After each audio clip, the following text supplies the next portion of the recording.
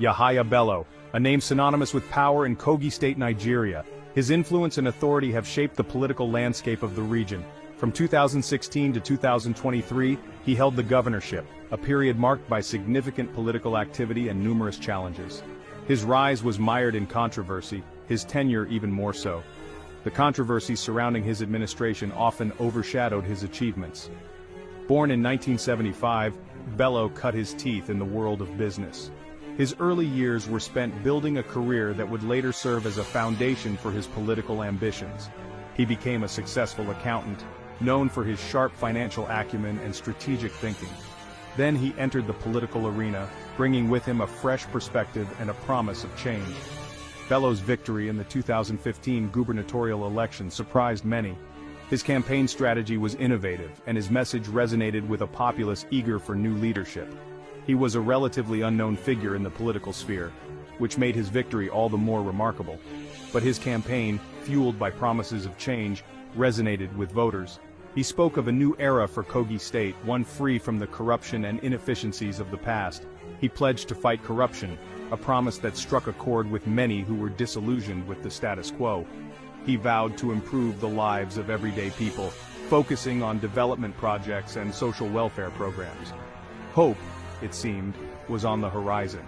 The people of Kogi State looked forward to a brighter future under his leadership. Little did anyone know what lay in store. The initial optimism would soon be tested by the realities of governance. As governor, Bello wielded considerable power.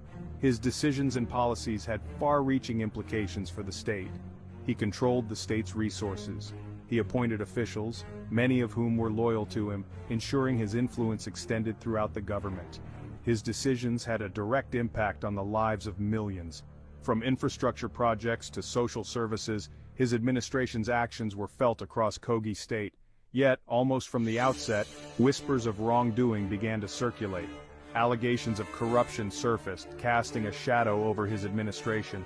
Concerns about his governance grew louder. Critics questioned his commitment to transparency and accountability. The man who promised change seemed to be leading Kogi down a dangerous path. The gap between his promises and the reality of his governance became increasingly apparent. The story of Yahaya Bello is one of power, ambition, and betrayal.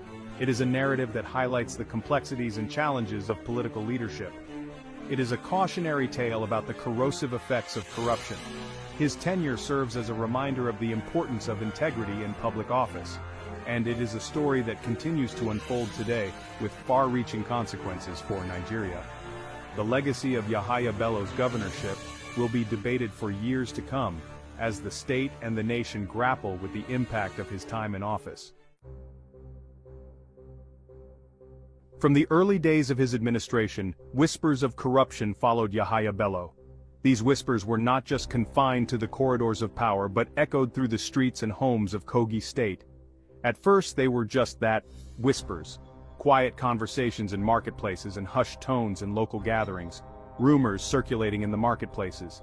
Social media became a hotbed for these discussions, with unverified claims spreading like wildfire. Unsubstantiated claims on social media. People began to question the integrity of their leader, wondering if there was any truth to these allegations. But as time went on, the whispers grew louder. The once quiet suspicions turned into vocal demands for answers. They transformed into a chorus of concern. Citizens from all walks of life began to voice their worries more openly. One of the first major red flags was the alleged diversion of public funds. Projects that were promised to the people remained incomplete. Money meant for infrastructure projects vanished. Government offices were left empty, and workers went unpaid. Salaries of government workers went unpaid for months. The frustration among the workforce grew, leading to protests and strikes. Meanwhile, Bello seemed to be amassing a personal fortune. His lifestyle became a topic of public scrutiny. He flaunted his wealth with luxury cars and properties, living a life of opulence that starkly contrasted with the reality of his constituents. A stark contrast to the poverty endured by many in Kogi State. Schools were run down and basic amenities were lacking. Then came the accusations of contract inflation. Contracts that should have been straightforward were suddenly costing exorbitant amounts. Basic services were outsourced at exorbitant rates. The public began to see a pattern of financial mismanagement. Companies with ties to Bello and his cronies were awarded lucrative contracts, raising questions about favoritism and corruption, often without a transparent bidding process. The lack of transparency only fueled the public's suspicions. Millions of dollars disappeared into a black hole of cronyism. The financial irregularities were too glaring to ignore. The stench of corruption became impossible to ignore. Civil society groups and ordinary citizens alike began to demand accountability. The people of Kogi State, promised prosperity and progress, watched in dismay as their hopes were dashed. The gap between the rich and the poor widened. They saw their governor living lavishly while they struggled to put food on the table. Protests erupted, the streets filled with people demanding justice. Civil society groups demanded accountability. They organized rallies, wrote petitions, and called for investigations. But Bello remained defiant, dismissing the allegations as politically motivated. He claimed that his opponents were trying to tarnish his reputation. The stage was set for a dramatic showdown. The people of Kogi State were determined to hold their leader accountable, setting the scene for a tense and uncertain future. As investigators dug deeper into Yahaya Bello's administration, they uncovered what can only be described as an empire of excess. The opulence was staggering, a stark contrast to the poverty that plagued the majority of Kogi State's residents. The sheer scale of the alleged looting was staggering. It wasn't just a matter of a few misappropriated funds here and there. It was a systematic siphoning of resources on an unprecedented scale. It wasn't just millions of dollars that had gone missing, it was billions. These funds, which were meant to develop infrastructure, improve healthcare, and provide education, had instead been diverted into private accounts. The money meant to uplift Kogi State from poverty had been systematically siphoned off to line the pockets of Bello and his inner circle. The impact on the local communities was devastating, with many left without basic amenities. One by one, the layers of this elaborate scheme were peeled back. Investigators found a complex web of deceit that involved multiple actors and spanned several years. Shell companies registered in tax havens were used to launder money. These companies acted as fronts, making it difficult to trace the origins of the funds. Properties were acquired in Dubai, London, and other global hotspots. These lavish purchases were made with the stolen funds, showcasing the extent of the greed.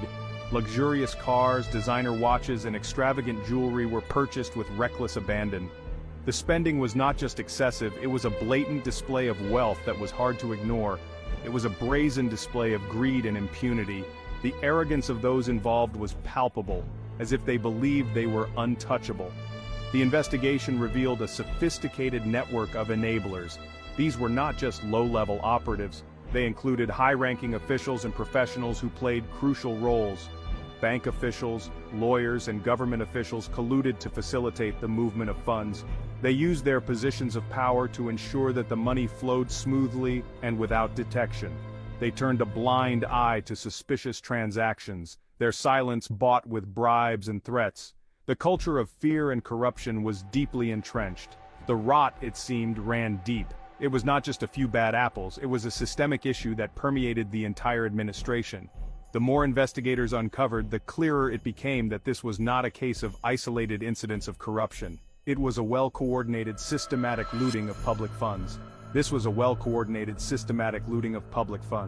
The scale and organization of the scheme were mind-boggling, involving multiple layers of deception. It was a betrayal of trust on a grand scale. The people of Kogi State had placed their faith in their leaders, only to be let down in the most egregious manner. And at the heart of it all stood Yahaya Bello, the man who had promised so much and delivered so little. His administration had become synonymous with corruption and greed, leaving a legacy of broken promises and shattered dreams. Section 4. EFCC On the Move investigations begin, the net tightens. The Economic and Financial Crimes Commission, Nigeria's anti-corruption agency, had been monitoring the situation in Kogi State closely. The allegations against Yahaya Bello were too serious to ignore. Finally, in 2023, the EFCC decided to act. They launched a full-scale investigation into Bello's financial dealings. The EFCC began by freezing bank accounts linked to Bello and his associates. They raided properties, seizing documents and evidence. They interrogated government officials and business people suspected of involvement in the scheme. The net was closing in, and Bello knew it. As the investigation gained momentum, the EFCC faced immense pressure. Bello still wielded considerable influence even after leaving office. His allies in government attempted to obstruct the investigation. Threats were made against EFCC officials. But the agency, under its new leadership, was determined to see justice served. The EFCC's investigation sent shockwaves through Nigeria. It was a test case for the country's anti-corruption efforts. Could the EFCC, often accused of being toothless and politically compromised, finally hold a powerful politician accountable? Or would Bello, like many before him, manage to evade justice? Section 5. Nowhere to run, nowhere to hide. Bello becomes a fugitive. As the walls closed in, Yahaya Bello made a desperate move. He disappeared. One day he was a powerful ex-governor, the next he was a fugitive from justice. The EFCC issued a warrant for his arrest. His face was plastered on wanted posters across the country, but Bello was nowhere to be found. Rumors swirled about his whereabouts. Some said he had fled to Dubai, where he had numerous assets. Others claimed he was hiding in plain sight, protected by powerful allies within the government. The EFCC launched an international manhunt, working with Interpol and other agencies to track him down. Bello's disappearance sent a clear message. He had something to hide. He was not willing to face the consequences of his actions. His flight from justice only solidified the public's perception of his guilt. The man who had promised transparency and accountability had become a symbol of impunity. The EFCC vowed to bring Bello to justice, no matter the cost. They announced a hefty reward for information leading to his capture. The chase was on, and the world watched to see if the long arm of the law would finally catch up.